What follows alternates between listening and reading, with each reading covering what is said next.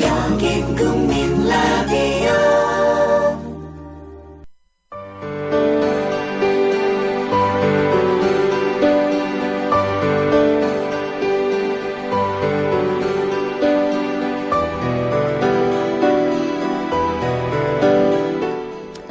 안녕하십니까. 맹경순의 아름다운 세상 수요일 아침입니다. 저 제주도 가보면은 신기한 게 하나 있습니다. 제주도 담이요. 돌담이요. 정말 이렇게 보면 눈 한 번 흘겨도 담이 와르르 쏟아져 내릴 것 같은데 그 태풍만이 온다는 제주도에서도 꼼짝 않고 담은 잘 있습니다. 그 비밀은 돌 사이사이에 있는 적당한 틈이라 그러죠. 근데 그 돌 쌓는 분들도 이제 전문인이시죠. 어떻게 그렇게 쌓으실 수 있는지. 근데 비밀이 바람이 통하는 거. 우리가 소통이라고 하는 말은 그거 아니겠어요? 바람이 통해서 꽉 막히지 않아서, 자기 고집도 있으면서 적당히 남의 고집도 받아주는 척이라도 할 수 있는 사람.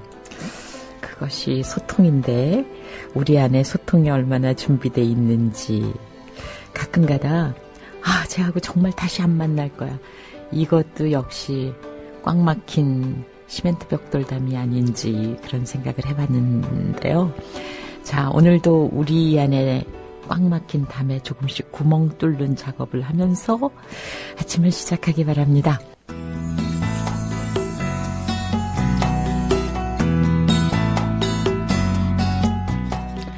네, 수요일 인생상담 사람이 사람을 만날 때 이야기 CIP 개발센터장이신 김번영 선생님 오셨습니다. 안녕하세요. 안녕하세요. 네, 우리가 지난번에 임병장 사건을 다루면서 잠시 미뤄뒀던 주제가 잔소리였죠. 네, 잔소리 문제죠. 네, 근데 잔소리 할 때는 나 자신도 그게 잔소리인지 몰라요. 굉장히 필요한 말을 내가 하고 있다고 생각하죠. 예, 그렇죠. 네. 그래서 지난번에 한번 정리한 것이 뭐냐면 반복되면 잔소리다. 네. 반복되면 잔소리인데, 우리가 이제 왜 이것이 문제인가? 네. 아이가 잘못했을 때 자기가 그걸 판단할 기회와. 네. 시간을 그리고 주는 거죠. 네. 잘못한 것을 어떻게 해결할까에 대한 자기 선택의 시간이 필요한데, 네. 우리가 훅 들어가 버린다는 거죠. 네. 예, 이제 그럼으로 인해서 얘는 이제 뭐 더 이상 생각할 필요가 없고, 네. 예, 이제 그런. 제가 왜 웃었냐면요. 어제 저녁에 저희 아이가 머리를 잘라야 되겠대요. 네. 제가 1분도 안 기다리고 엄마 자르는데 가서 잘라. 근데 아이가 싫다고 그러더라고요. 그거는 잔소리 아니죠? 아니, 다 내가 하는 게 좋으니까 엄마 따라 무조건 해 이런 거잖아요. 저는 그렇게 들리진 않았어요. 그렇습니다. 예. 좋은 거는 나누고 싶잖아요. 명령하고 싶죠. 예. 좋은 건 나누고 싶죠. 네. 근데 이제, 선생님 너무 디스하시는 것 같은데, 네. 지난번에 이제 큰 아드님입니까? 네. 그 둘째 아드님이 건강 안 좋아지셨을 때, 네. 요때다. 네. 하고 이제 그러셨대잖아요. 네. 그게 방법이거든요. 예. 사실은 이제 나중에 풀어먹으려고 얘기를 안 했었었는데. 미리 짜질 못해서. 근데 이제, 그게 방법이에요. 그러면 계속 그러셨다는 게 아니라, 그때 이제 뭐라고 말하자면, 내가 쪼고 있었다, 이러셨거든요. 그게 계기성이에요. 계기성. 마음속으로야 그때 속사포처럼 내뱉고 싶죠. 그러니까. 근데 네. 그때 해봤자 소용이 없다는 거예요. 근데 어떤 계기가 딱 터졌을 때 그 계기에 딱 이렇게 끼워 맞추면 그 효과가 100배거든요. 네. 예, 이제 그게 하나고 두 번째 이제 잔소리냐 이게 필요한 소리냐의 기준점을 댈 수 있는 게 뭐냐면 내 무드에 의해서 어떤 양질 그러니까 뭐랄까요 자기 무드에 의해서 잔소리의 강도나 횟수가 들쑥날쑥하면 그거 잔소리예요. 하죠. 제가 기분 좋을 때는 왜 쿨하게 넘어가지고 예. 네. 기분이 조금 언짢을 때는 그냥 굉장히 신경질적으로 나오고. 그렇죠. 내가 그럴 줄 알았다. 예. 요게 이제 잔소리인 거죠. 네. 만약에, 네. 지난번에도 말씀드린, 이게 꼭 필요한 소리면, 무드와 상관없이 일관성으로 얘기할 거란 말이죠. 그렇죠. 예. 근데 이제 그렇지 않다는 얘기는, 꼭 해도 되고 안 해도 되는. 네. 어쩌면 하면 좋고, 안 해도 크게 잘못된 것 없는. 네. 그 대표적인 게 게임이에요. 애들 게임. 네, 애들 게임 문제거든요. 네. 그 부모가, 무드가 이제 조금 괜찮으면. 네. 조금 더 이제 릴렉스하게 해주고. 무드가 좀 나쁘면 그냥 하이 소프라노로 올라가고 이제 이런 네. 형태죠. 요게 이제 잔소리의 또 다른 이제 그 기준이고. 세 번째 기준이 뭐냐면, 잔소리는. 네. 결국은 가만히 보면 자기 병리예요. 자기 병력? 네네. 네. 그러니까 자기가 자기에게 싫은 부분을 내 아이가 할 때 극도로 심하게 뭐라 그래요. 아. 예. 소스라쳐서. 예, 가만 보면 네네. 자기가 싫어하는 부분. 아, 그런가요? 자기를 싫어하는 부분. 네네네. 예, 요 부분을 극도로 많이 해요. 아, 이것도 새로운 발견입니다. 우리가 미처 몰랐죠. 원래 잘했던 부모는 네. 애한테 공부하라 하는 경우가 그렇게 드물어요. 아, 그래요? 많지 않아요. 네. 근데 저같이 공부 못 해본 사람이. 네. 아, 못해서 남아공까지 가서 박사하셨구나. 예, 그러고 나니. 이 얘기도 한번 나중에 해야 되겠네. 저 진짜 공부를 못 했거든요. 네, 네. 근데 늦게 공부를 했잖아요. 네. 그러니까 늦게 공부를 하고 나니까 네. 우리 아이들 공부 안 하는 거를 좀 넘어가 주겠더라고요. 네. 니들도 아빠 닮아서 네. 늦게 트겠지. 결국은 그것도 네. 내 문제거든요. 네. 네. 혹은 어린 시절에 엄마 아빠한테 네. 자기 부모한테 너무너무 싫어했던 거. 그거를 내 남편이나 내 자녀가 하면 네. 극도로 짜증을 내고 네네. 불편해하고 네. 두려워해요. 내가 이미 그 과정을 알고 결론까지 아니까. 그렇죠. 그렇죠. 제가 상담한 사람 중에 하나가 네. 그 아빠가 그 친정 아버지하고 네. 그 동생들이 게을러요. 이 직장 생활도 잘 안 하고 게을러요. 그 생활을 너무 오랫동안 한 거예요. 그리고 이 집은 여자들이 다 먹여 살린 집. 네, 네.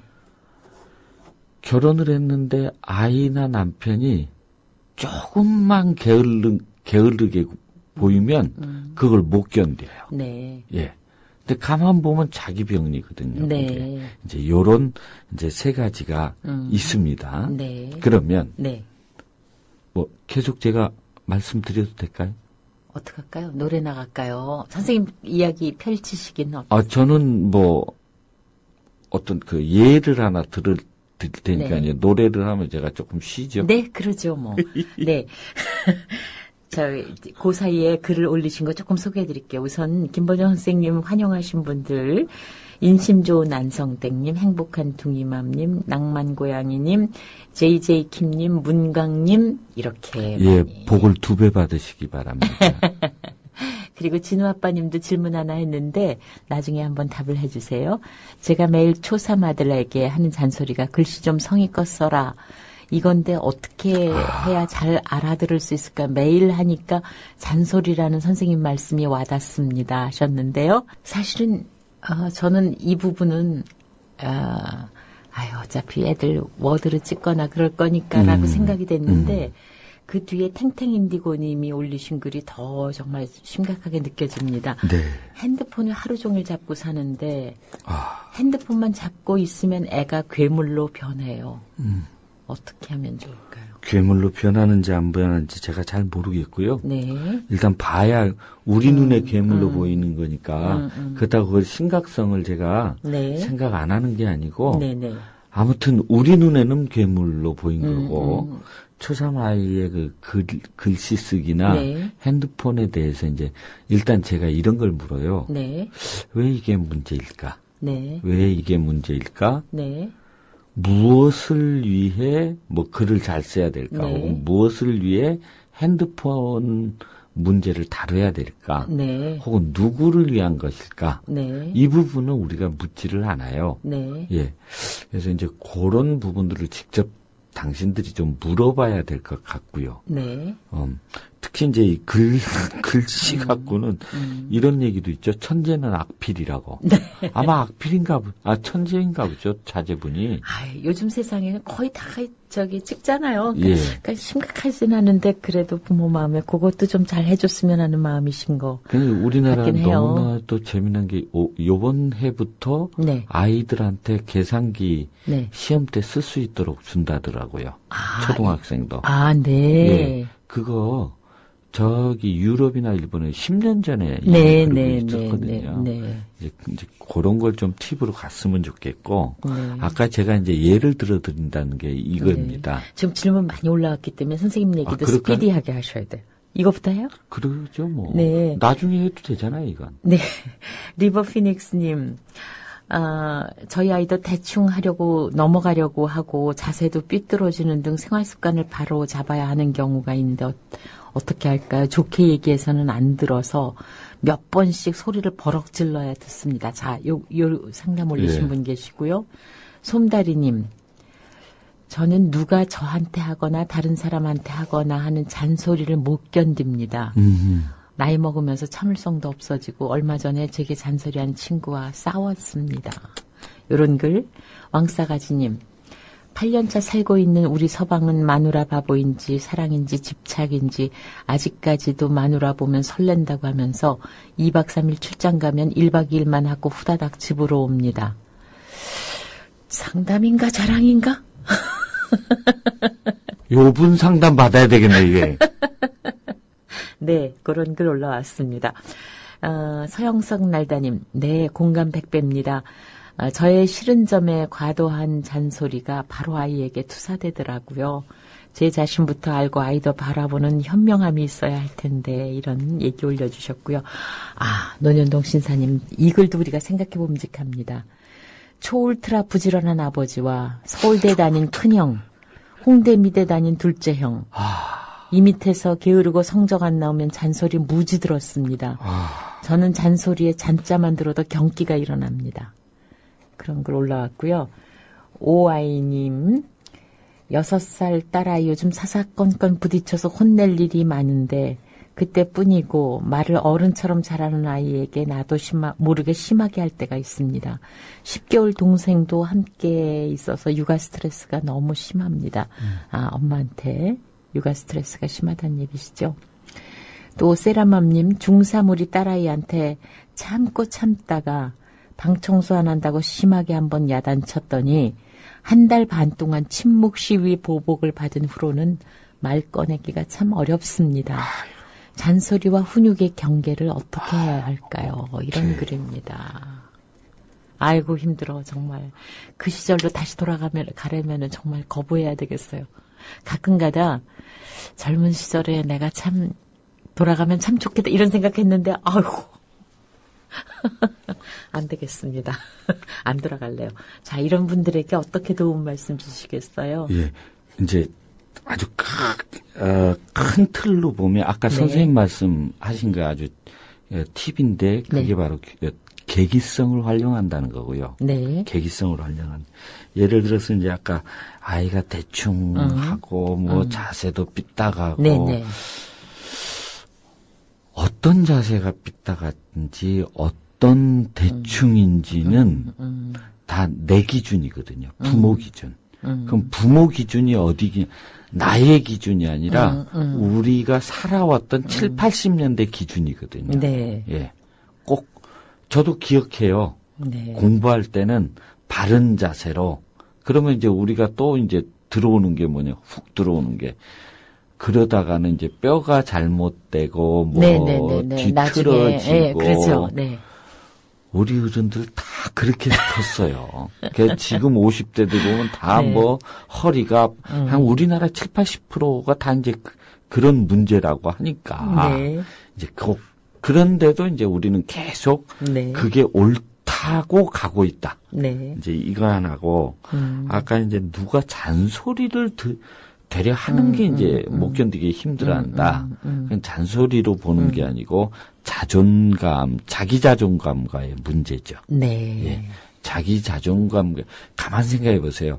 동급에 있는 사람이 뭐라 할 때와 자기 생각에 저건 나하고 동급인데 혹은 나보다 후배인데 혹은 나보다 낮은 사람인데 하는 것과 굉장히 내가 존경하거나 높게 여기는 분이 할 때와 그렇죠. 받아들이는 게 다르거든요. 아니면 내가 할 때도 마찬가지예요. 동료나 혹은 아랫사람들 이 자존감 낮은 사람들이 비판을 상당히 잘해요. 죄송합니다만 우리 이 방송하고는 좀 다른 우리 국민방송하고는 좀 다른 문제인데 그 권력 비판하는 경우들은 많이 있잖아요. 꼭 지금 정치 상황이 아니라도 직장이나 뭐 이런 데서도 이런 경우서도 이렇게 보면 비판자라는 사람들이 의외로 자존감 낮아서 그런 경우가 많아요. 그 비판을 통해서 나 너하고 동격이거든. 그런데 지위가 내가 지금 안 되니까 내가 지금 너한테 당할 수밖에 나라면 너보다 이거보단 잘할 거야. 이러면서 자기 자존감을 올리는 문제이지. 사실은 우리 알잖아요. 일이라는 게 뭐든지 비판점이 있다는 거. 그렇죠. 근데 어떤 사람은 그걸 안 하고 그냥 입으로 안 뱉고 마는 거거든요. 그건 자기가 그만큼 단단하다는 거예요. 아이들한테도 이제 똑같은 현상이 벌어지고, 아까 이제 그 중에 하나가 이제 아까 이제 선생님 말씀하신 6살 딸아이 문제를 했어요. 선생님 잘 들어보세요. 아까 그분이 뭐라 그랬냐면, 딸아이하고 엎치락뒤치락 이렇게 막 표현을 하시는데 6살 딸아이는 엄마한테 대들거나 아니면 땡깡을 놓는 거나 죄송합니다 이렇게 표현해서 우리 표현으로 하면 지랄을 하거나 아니면 순종하거나 이런 거거든요. 이것은 다들 뭐냐면 6살 정도에는 부모의 관심을 받는 거예요. 그런 행위를 통해서. 예. 부모의 행위를 통하려면, 관심 받으려면 뭐 있어요? 지랄하거나 순종이에요. 예. 이제 그렇게 봐야지, 이것을 내가 잔소리를 하고 안 하고, 육아 스트레스가 아니고, 냅두면 돼요. 그러면 그놈들도 좀 순종하면 좋지, 왜 지읒자를 택하느냐고. 글쎄 말이죠. 근데, 그 모습을 자기 모습을 이렇게 보면 보여요. 안 보려고 해서 그렇죠. 예, 말씀. 왜냐하면 지금 또 심각한 글이 하나 올라왔어요. 푸른 소나무님이 올리신 건데 외국에서 사시는 분이에요. 4년째 생활하고 있는데 초등학교 4학년 딸아이가 학교에서 전혀 말을 안 한다고 합니다. 근데 처음에는 이 언어가 안 돼서 안 했지만 지금 너무나도 유창한데 여러 가지 생각을 하게 한다고 합니다. 용기가 없는 것인가? 의도적으로 자기가 이용하는 건가? 정말 참을성의 한계를 느낍니다. 더 기다려야 할까요? 다른 조치를 해야 할까요? 제가 이제 요거 갖고 논문 썼어요. 다행히도. 근데 이런 거를 혹시 지금 말씀하면 이건 병리가 아니에요. 지금. 왜냐하면 영어를 잘해요. 이제 그 얘기는 이미 언어 습득이 된다는 얘기예요. 그런데 선택적으로 말을 하고 안 하는 거거든요. 만약에 집에서는 잘한다. 집에서는 하는 거 무방하다. 그럼 병 아니다. 그러면 분명히 이제 환경적인 건 있는 거고요. 이제 일단 그렇게 보고 제가 제발 부탁하는 것은 이거 큰일 났다 싶어서 너무 계속 적극적으로 개입하면 안 된다. 네. 안 되고, 네. 긴장을 푸는 방법을 먼저 생각을 해야 되는데, 네. 이제 총체적인 얘기, 아까 그 핸드폰 얘기나, 네네. 뭐, 방청소, 이런 부분들 다 이제 정리해서 단 한마디로 말하면 뭐냐면, 네. 규범과 규칙을 구분했으면 좋겠다. 규범, 규칙 다 좋은 거 아닌가요? 규범은 큰 테두리를 정해놓고, 네. 그 물 안에서 네 알아서 해. 네. 방청소를 하건 안 하건 상관이 없어요. 단 엄마 아빠 내가 사는 공간까지 네가 침해를 하면 그때는 정확하게 네가 거기에 대한 배상을 해야 돼. 너의 지저분함이 공동 공간에는 그렇죠. 나오지 않게 하라. 네. 그러나 네 방은 네 알아서 해. 네네. 벌레가 나와도 상관없고 그 벌레가 엄마 방까지 오면 넌 죽어. 이런 거죠. 그러니까 우리가 이제 이런 훈련이 많이 안 돼 있는 게 그렇죠. 외국 같은 경우는 어쩌냐면 공공화장실 같은 공공장소 가면 이렇게 붙어 있어요. 자기 집처럼 쓰지 마시오. 자기 집은 이제 더러운 거군요. 근데 우리는 내 집처럼 쓰시오. 이렇게. 그러네요. 예.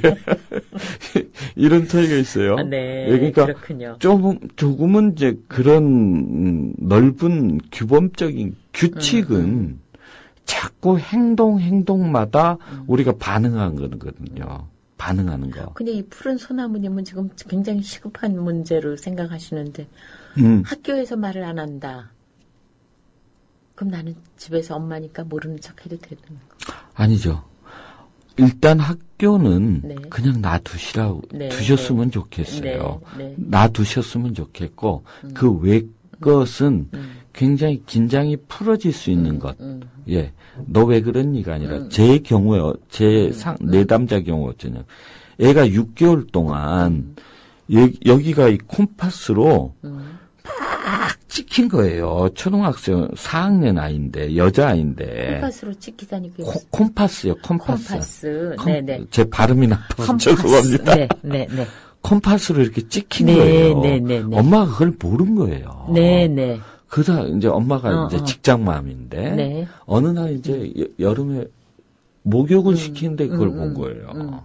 깜짝 놀란 거예요. 왜 그런가 봤더니 학교에서 옆에 짝꿍이 말을 시키는데 안 하니까 자꾸 찌른 거예요.